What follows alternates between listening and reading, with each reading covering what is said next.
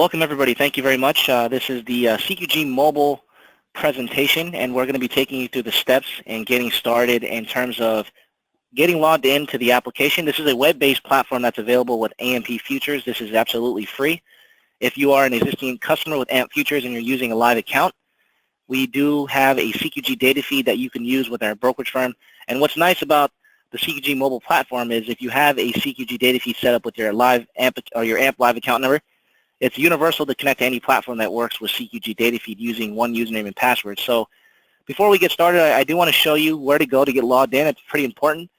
This is a web-based platform, so that means that even though it is compatible to use on a cell phone device or even on your regular desktop computer, it's not an application that you actually have to install onto your cell phone or a platform that you actually have to download onto your hard drive.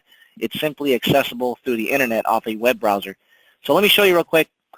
www.ampfutures.com is the homepage of our website. And then what you're going to want to do is you want to click on Client Portal right here, and you want to go to Web Trading Login.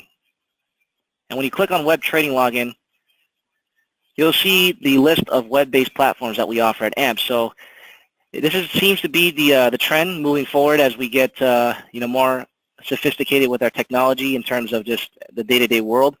You see that a lot of these platforms are starting to transition over to a cloud-based platform. And what that means is the main thing is it's going to be compatible with two things. That from my experience, I've been in the business for over 10 years.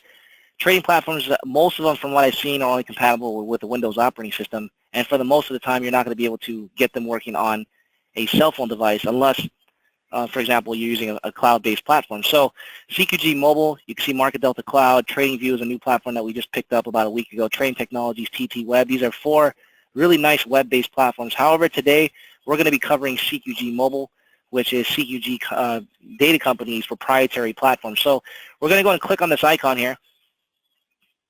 And what you're going to see is you're going to see a login screen. And this is where you're going to want to go ahead and make sure that you select either live or demo. So again, as I mentioned, when you have a live account funded with AMP Futures and you have a CQG data feed set up, what we're going to do is we're going to give you a username and password that we create for you. And what that's going to allow you to do is that's going to allow you to log into any platform that works with CQG data feed. So what does that mean to you as a user? That means that, let's say, for example, if you are using a platform such as multicharts.net as your main trading interface, and worst case scenario, your internet connection goes down. So what you're going to be able to do is take the same username and password that you use to log into multicharts.net, and you're going to go ahead and log right into your CQG Mobile on your phone, and you can use your cell phone's internet connection to manage your positions and working orders.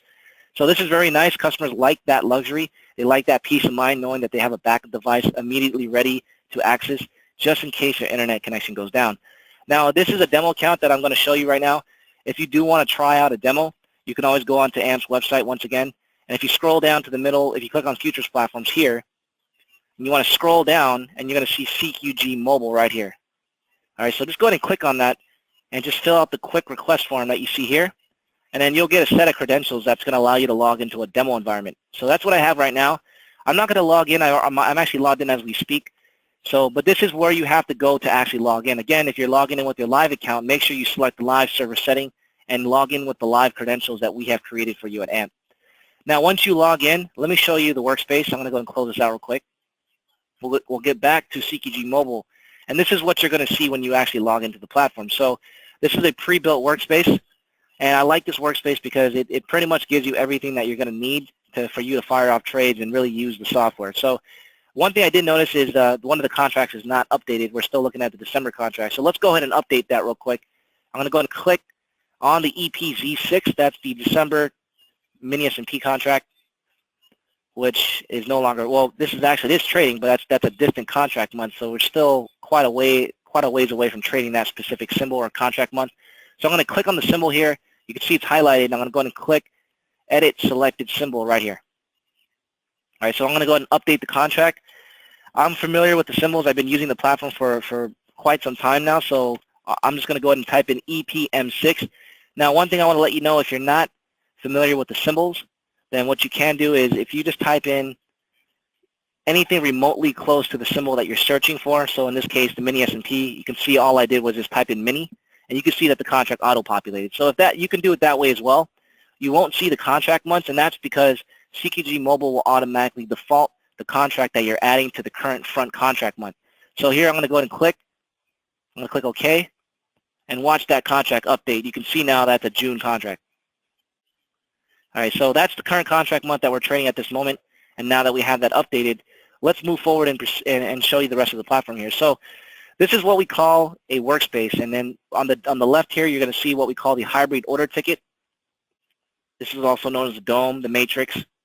This is probably, if not the most popular way in terms of placing trades off the actual platform. You have your quotes widget, which is going to allow you to see multiple markets within one window. Not only can you see multiple markets, but you can see information for all those different markets, such as the bid, the ask, total volume, things of that nature. I'll show you a bit later in the presentation how to edit and add, remove symbols, and organize the columns. Then you have your chart, which is linked to the actual quotes widget. So what I mean is when I click any symbol within the quotes widget, you can see that the chart will simultaneously change. And not only does the chart change, but also the DOM changes. Now, this is not a default function or behavior of the platform. This is simply because these particular widgets have all been linked to each other. As you can see, there's blue here, there's blue there, and there's blue there. And if I click that little drop down, as long as the colors match for any specific widget, what you're doing essentially is you're linking the widgets to one another. So this is a great function. As you can see, I'm able to switch from one instrument to another very easily because of that linked function. Highly recommend using it. And again, if you're logging into a demo account, this workspace is automatically going to be created for you, so it's not something that you have to create. And towards the end of the presentation, I can spend maybe a quick 5 minutes and just show you how to build out the workspace. It's very easy to do, because if you log into a live account, you won't have access to this workspace unless CQG made a change to the server and uploaded this specific workspace to the server. I can double check on that later to verify if that is the case. At the bottom here, you have your account summary. Your account summary is pretty important. You want to be able to see what you're doing on the actual trading account in terms of cash balance, your margin excess, profit and loss in terms of accumulated profit and loss, or open trade equity. So you definitely want to be able to utilize the account summary for that purpose. And then you have these widgets on the right side here. You have working orders to see working orders. You have your filled orders to see filled transactions. You have your open positions to see your open positions, and your purchase and sales, which will give you a recap or confirmation of the closed out trades that you have already done. So it'll give you a breakdown. It'll show you how many contracts you executed, what market, what the result was, basically how much you made or lost on each trade with a breakdown of the price confirmations. So this is why, to me, this is an ideal setup. I like this particular workspace. Now let's get into showing you how to place trades off the DOM, since we have about 23 minutes of live market data before the market closes. I do want to take advantage of that. So let's move on to the DOM and show you how to place some trades. So the first thing you're going to want to do to place a trade off the DOM that you see on the left side here, you want to make sure you identify the price that you want to submit your order at. So for example, if I want to place a sell limit at 2062, I'm going to locate the price of 2062 on the DOM. As you can see, I can see it. And I'm going to left click with my mouse, or if you're using your cell phone device, you're just going to take your finger and just click right on it with your finger. And what you're looking for is you're looking for the selection of that specific price. And how you know that it's selected is you can see that red barrier boundary around the specific price there. So you want to look for that. That's giving you an indication that that price has been selected. And then what's going to happen is these big buttons here are going to adjust depending on what price you clicked on. Now, for those of you that are experienced traders, you probably know that there's only certain order types that can be placed on certain sides of the market. A sell limit can only be placed above the market price. So in this case, if you're wondering where the last trade price is on the DOM, you want to look at either the green or red trade price on the actual DOM itself. So right now, 2059.75 is the last trade price. It's currently red. And the reason why it's red is that means that the last trade was a downtick. If it goes green, it'll basically mean it's an uptick. And so you're just looking for either the green price or the red price to represent where the last trade price took place. So in this case, 2059.75. The market, if I click at 2062, which is a current price above the current market price, then the only two order types that can be placed at 2062 is going to be a sell limit or a buy stop. And notice these buttons are exactly that. So that's what's nice about the CQG Mobile DOM, and there's an auto detect function which is going to help you prevent placing incorrect order types on the wrong side of the market, which I have seen many times in my career. That definitely can cost you money. So I do like the fact that there is a mechanism within the platform that's going to help prevent you from placing the incorrect order on the wrong side of the market. The main thing is you just want to make sure that you click on the specific price to enable. So in this case, I clicked on 2059. You can see now that that price has been selected. This is now below the current market price. So in this case, only a buy limit and a sell stop can be placed at 20.59, and you can see that those buttons adjust accordingly. If you're wondering what that blue line is, that's the high of the day for this specific market. If you look right here, the high has been 20.60 half. You can see 20.60 half high. The low should be 20.35. So if we scroll down on the dome, you can use your middle mouse scroll to scroll down. If you're using a computer, my assumption would be you can use your finger and just scroll it down if you're using your cell phone device. And there's the low. You can see that the low has been represented there. So now one thing is, if you notice right now, the dome is not centered, so I cannot see the last trade price. Just go ahead and hit that little arrow at the bottom there, revert ladder, and that's going to automatically recenter your dome. All right, getting back to placing trades. So now that we've identified a price, 2062, the next step is what order type do you want to place and how many contracts do you want to execute. So in this case, if I want to do 1, I'm just going to leave that value set to 1, or I can simply type in the value. If I want to do 2 or 3 or whichever value you want to input or execute, you can use the up and down arrows if you wish. Now, let's say I want to place a buy stop, I'm going to go ahead and select the buy stop order here. Click that button. There's a confirmation. If you're not a fan of the confirmations, I'll show you towards the end of the presentation where to go to turn that off. I'm going to hit place order. And now you can see the order is visually working to buy 1 June mini S&P contract at 20.62 on a stop. So this is where the working order comes into play. You can see now your working order. And if you notice on the actual dome, you can see the working order visible at 20.62 as well. All right, so now let me place an order below the market price. Let's do a sell stop this time. Confirmation, yes. Now you can see that the order is working. Now, this is a graphic issue on my computer. I do apologize for that. But right here, these little 2 blank boxes, technically there's an X there and there's the same icon. So it's a mirror of what you see here. I can even prove it to you. Let me explain what these 2 buttons mean. So once you have orders working, you will see them displayed in the working order section here. And then what you can do is if you click on that X right there, cancel order, this is where you're going to be able to cancel the order out. So if you click on it, watch what happens. Confirmation, yes. And now you can see the order has been canceled. Now notice that graphic display has come into play now, so I can see it. So the X is going to cancel the order. Now if you want to modify the order, you'll click the button to the right of it. So if I click on the modify order, you'll see here. And I know there was a few changes to CQG Mobile. I think this recent weekend they made some changes to a couple functions. For example, they now added this particular bid-ask button here, which is kind of nice. And you can change the quantity from here. You can change your price. You can either use the up and down arrows, as you can see I'm doing, or you can just simply type in the price with your mouse cursor or just type it in there, whichever is easier for yourself. But the main thing is once you make the amendments and changes to what you want, once that's in place, you want to go ahead and hit modify order. So in this case, the order is working at 59. Let's go ahead and change that to 58 even. All right, so we'll go modify order. I'm going to click OK. And now you can see that order has been changed from 59 to 58 on a stop. All right, so that's how you cancel and modify orders. And that's how you place orders. Very simple, very easy to do. It's really not rocket science. It's really straightforward. So that's one thing I like about CQG Mobile. A lot of the things that you see are very obvious in terms of how to use those specific functions. So again, let's go here. Let's get into a position this time. Let's show you how a position looks. And you're going to keep your eye out. When I place an order, I want you to keep your eye out on the Open Positions tab here, and I want you to keep your eye out on the Account Summary here. And you'll start to see some of these values interchange as I get into a position, and you'll see my open position displayed in the Open Positions widget itself. So I'm going to go ahead and just buy at the market. So you can use these 2 buttons here as hotkeys to place market orders. So of course the quantity can be changed. You can see that shows a 2. Let's just go long here. I'm going to hit buy market, place order.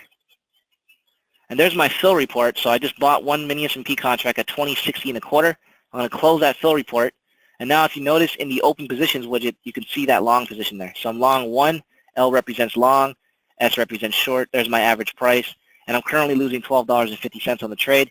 And if you look on the actual dome itself, on the top right corner, you'll see that there's a display as well of your position. And it also tells you your average price. So you can see that I'm long 1 at 20.60 All right, and then you also have a open P&L value field on the bottom right corner of the dome, which will also give you a running profit and loss display based on your open position. Now, this is not a cumulative P&L. This is strictly open trade equity. So these values are based on the open trade. If you want to see a cumulative P&L, which means how much you made or lost throughout the entire day, you want to look in the Account Summary tab here and look at the P&L value here. Notice even though we're losing $12.50, it's currently 0, and that's because a cumulative P&L only measures a trade that's been closed out, which becomes either realized gains or realized losses. So when you're in a trade, those are unrealized losses, unrealized gains, because you're in the trade still. You have to close out the trade to make those gains or losses realized, and that's where you'll see those values in this specific column right here. All right, so let's say long one at 20.60 and a quarter. Let's say we want to place a sell stop, protective sell stop at 58 quarter, which would be a 2-point stop. So I'm going to left click at 20.58 and a quarter. You can see that's highlighted. I'm going to select sell stop, confirmation yes, place order. And let's say I want to place a sell limit as well at 20.62 and a quarter. So I'm going to click on 20.62 and a quarter, and I'm going to place a sell limit as well. Now we have a long position with a sell stop as a protective order, as well as our limit order as a profit target. And now I have pretty much, I don't want to say a bracket order because this technically is not a bracket.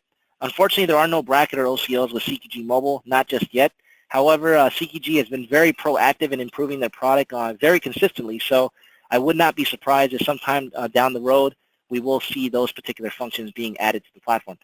Now, one thing I want to show you on the Open Positions tab here, very important I want to point out, is you have these two buttons here. You have the liquidate position, you have reverse position. So if you want to liquidate the position, just go ahead and click the X. But what that's going to do, it's only going to liquidate the position. It's not going to cancel these working orders out. So watch what happens. I'm long one right now. I'm just going to go ahead and hit the liquidate position button. Hit liquidate. And now you can see I sold it back at 20.60, so I actually took a one-tick loss on that trade. Now if you notice on the P&L value here, it's showing that I lost $12.50. You can see open trade equity is now back to 0. That's because I'm no longer in the trade. But if you notice, those working orders are still working. So very, very important for you to remember that. The liquidate function within CQG Mobile does not cancel working orders. It will only close out the position at the current market price, but it will not cancel working orders. So be very, very mindful of that. Make sure that if you decide to use the liquidate function, you want to go back and make sure you manually cancel the working orders out, as I'm doing here and as I'm doing here. All right, so the one thing you don't want to do is forget about those two orders or any working orders that you have if you decide to use the liquidate function, and you come back, you go out and get some coffee and you come back, you see you're in a short position because one of those orders got filled, and then you're upside down $400 on a trade. So that's going to be a very ugly situation, so just be careful with that. Make sure that you remember that if you use the liquidate function within CQG Mobile, you have to make sure you go back and cancel the working orders if you have any working orders outside of the open position. Now, let me place another position trade again. I'm going to get short this time. I'm going to go short. I'm going to sell one at the market. Just sold one at 60 and a quarter. Now you can see that the short position is displayed on the top right corner of the dome. Margin excess, you can see that. And then I can see my open trade equity currently break even. You can see my short position. Let me demonstrate how the reverse position function works. So if you hit reverse position, it's going to do exactly that. So if I'm short one, I'm going to hit reverse. It should buy 2 back and leave me net long 1. So I just bought 2 at 20.68 and a quarter, and now you can see that I'm currently long 1. All right, so that's exactly what that liquidate reverse function will do. It's just a quick way to either close out the position or liquidate or reverse the position. So you can use those 2 buttons if you wish. If not, you can always use the buttons off the actual dome itself. For me, I like using the buttons. It's just very easy to do, and now the position is closed. All right, and that's pretty much summarizes how to use the actual dome. It's very easy, very straightforward. You have 10 levels of market depth on each side, which is very nice. Most trading platforms are only going to give you about 5 levels. And then other than that, a couple other things I want to point out. This is your account number display. That's at the moment showing a demo ID. This right here is the current last trade price. So market's 20.60. The value below it is the quantity of the last trade. So the last trade that executed at, there you go, that a 3 lot just executed at 60 quarter. That right there is the overall change for the day. So market's been up 21.5 points since the open. That right there is the average volume, or not average, but estimated total volume. So 1.9 million contracts. Really, the true total is as you can see there, 1,888,953. But it rounds it off to 1.9. So that right there is the difference between the bid and the ask, the spread. So you can see right now at the moment the quarter. And then we've already explained what these buttons do here. So let me show you one other thing. There's another way to place trades. If you're not a big fan of the dome and you just want to keep things simple, if you look at the secondary tab right here, if I click on that, this is going to take me to a trade ticket. So a trade ticket is a very straightforward approach in terms of placing trades. You're not going to have access to depth of market. You're not going to be able to modify and cancel orders. And actually, one thing I want to show you that I forgot to mention, let me just go back to the dome for a quick second. I want to place a quick working order. I'll place a couple actually. And I showed you already how to cancel and modify orders from the working order panel. However, for those of you that are wondering, if you want to be able to amend or cancel the orders directly off the DOM versus using the working orders widget, that is definitely possible. Just make sure that if you look on the actual DOM where those working orders are displayed, you can see there's numerical values that represent the working order. So there's a sell for one contract and there's a buy for one contract. So if I click with my mouse, or if you're using your phone device, just use your finger and just click right on it, it's going to bring up this little menu option. And if you notice now, you'll have that very same icon to modify order, as you can see, or you can cancel the order just by clicking the cancel button. So I just want to bring that up, that you're not limited to just modifying or canceling orders off the working orders widget. You can do it directly off the DOM. That might be more of an ideal approach if you're using a cell phone device, mainly because you just don't have that much of a display compared to a regular PC monitor. So most likely when you have the DOM on your cell phone device, that's probably the only thing you're going to see. You might have to scroll to the left or right with your finger to see the other widgets. But if you want to be a little more efficient and just do everything off one screen, then that might be a better approach to canceling or modifying orders. So again, click on the order that you see visibly working on the DOM. You'll see the menu option. You can either hit the modify button or the cancel button. Going back to the trade ticket, again, this is for someone that wants to take more of a simplified approach. So this is going to give you access to a regular ticket, and this is very straightforward. You're either going to buy, you're going to sell. Notice that when you click sell, you can see the color coordination change. It makes it very obvious to let you know what you're doing.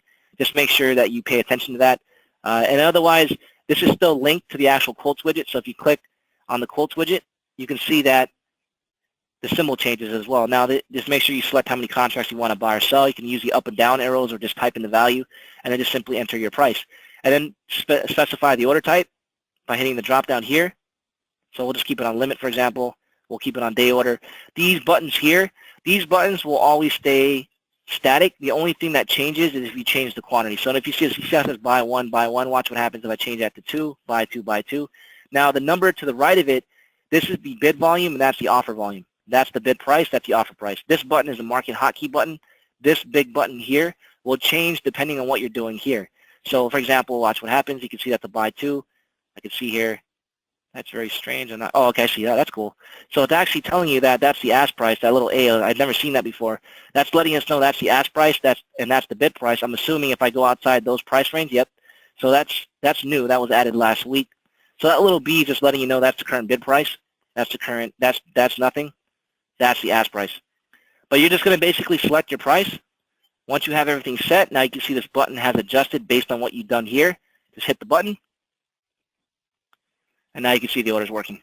All right, so same concept. The only difference with using the trade ticket, you're only going to be able to modify or cancel orders from the working orders widget. So I'm going to go ahead and cancel the order out, and now the order has been canceled. And that's the ticket approach. Very simple, very easy to use, and that's for someone that just likes this particular setup better. For myself, my personal preference, I do like the DOM mainly because I have access to depth of market, and I just like the display a lot better.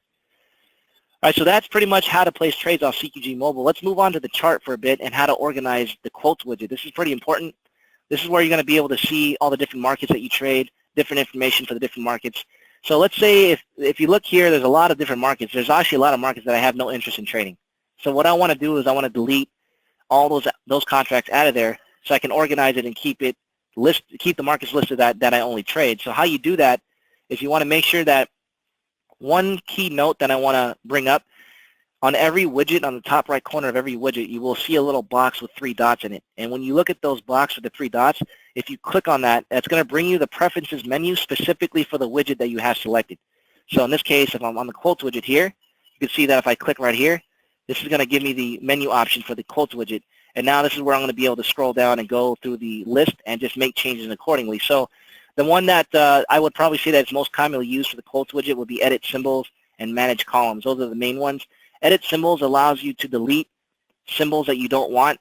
So if all you have to do is click the X, as I've done there. So there's a lot of contracts in here that I have no interest in trading. Or if you want to organize the order of appearance. So for example, in this case here, the HM6, if you move up, if I want to move, I don't even know what the HM6 is. So let me find a market that I'm a little more familiar with. There's the June dollar index right there. So let's say I want to move the dollar index up a little higher up the totem pole. Notice that when I hover my mouse cursor on this little icon here, it turns into a 4-sided arrow. I'm going to hold down my left click and just drag it up. And then once I'm happy with the display, I'm just going to drop it. So I'm going to drop it right below the mini Dow. And notice now you can see the dollar index. Let me just close this out real quick. I did not change. Hang on. Let's go back real quick. Here, let's try moving silver, or better yet, that is wheat right there. Let's move that up.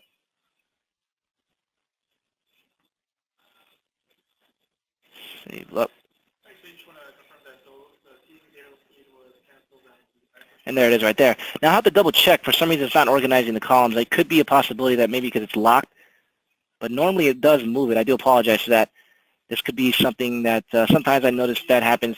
Let me move up the contract here. Let's drag it up. And let's drop it right underneath the mini NASDAQ. And it should be underneath the mini NASDAQ, but it's not functioning. So I'll have to report that. We do apologize. Normally it will move it. But what you have to do is simply just drag and resize or reorder the actual market that you want displayed. Once you've done that, it will display. I will have to submit a ticket on why it's not doing it in this case. I do apologize for that. And then, but that's pretty much, if you go to edit symbols, you're going to be able to delete contracts. Now, if you want to add symbols that are not listed, just go ahead and click the add symbols button here. And then you can go ahead and just type in the symbol. You can do it the same way I showed you earlier. For example, here's GCE, that's gold. I'm going to add that. When you add a new symbol, by default, it gets stored at the very bottom of the list. So you can see there it is. And then again, you just kind of bring it up to drag it. So you want to get it more higher up the totem pole. So I'll just move it, move it, move it. Let's see if it works this time. I'll drop it, let's say right above. Let's see if I can move it at the top. And there we go. All right, so it still isn't changing it. So I'll have to double check to see why that's not functioning. Now let's move on to the chart. Actually, real quick before we move on to the chart, if I get back to the preferences menu, you'll see here where there's an option that says manage columns. So manage columns, what that's going to allow you to do, these are columns here. These are, for example, the bid, the ask, the volume, high, low, total volume. So if there's things that you want to see that are currently not listed, then go to the preferences menu and then go to manage columns. And then you're going to see the ones that are currently highlighted are the ones that are currently active, and the ones that are currently grayed out are the ones that are not active. So for example, I'm definitely interested in seeing where the market opened at. So I'm going to left click it to apply it. Now you can see it's added. Last settlement price. And we'll keep it as is. So the rest will be personal preference. Just go down the list. So short answer, if you see it highlighted, as you can see this is highlighted, that means it's on. If it's grayed out, that means it's off. If you want to turn it off, just left click to turn it on and off. So now if I want to change the order of appearance, the same concept. If you notice here, the open's all the way to the right here. Maybe I want to move it up a little more further up.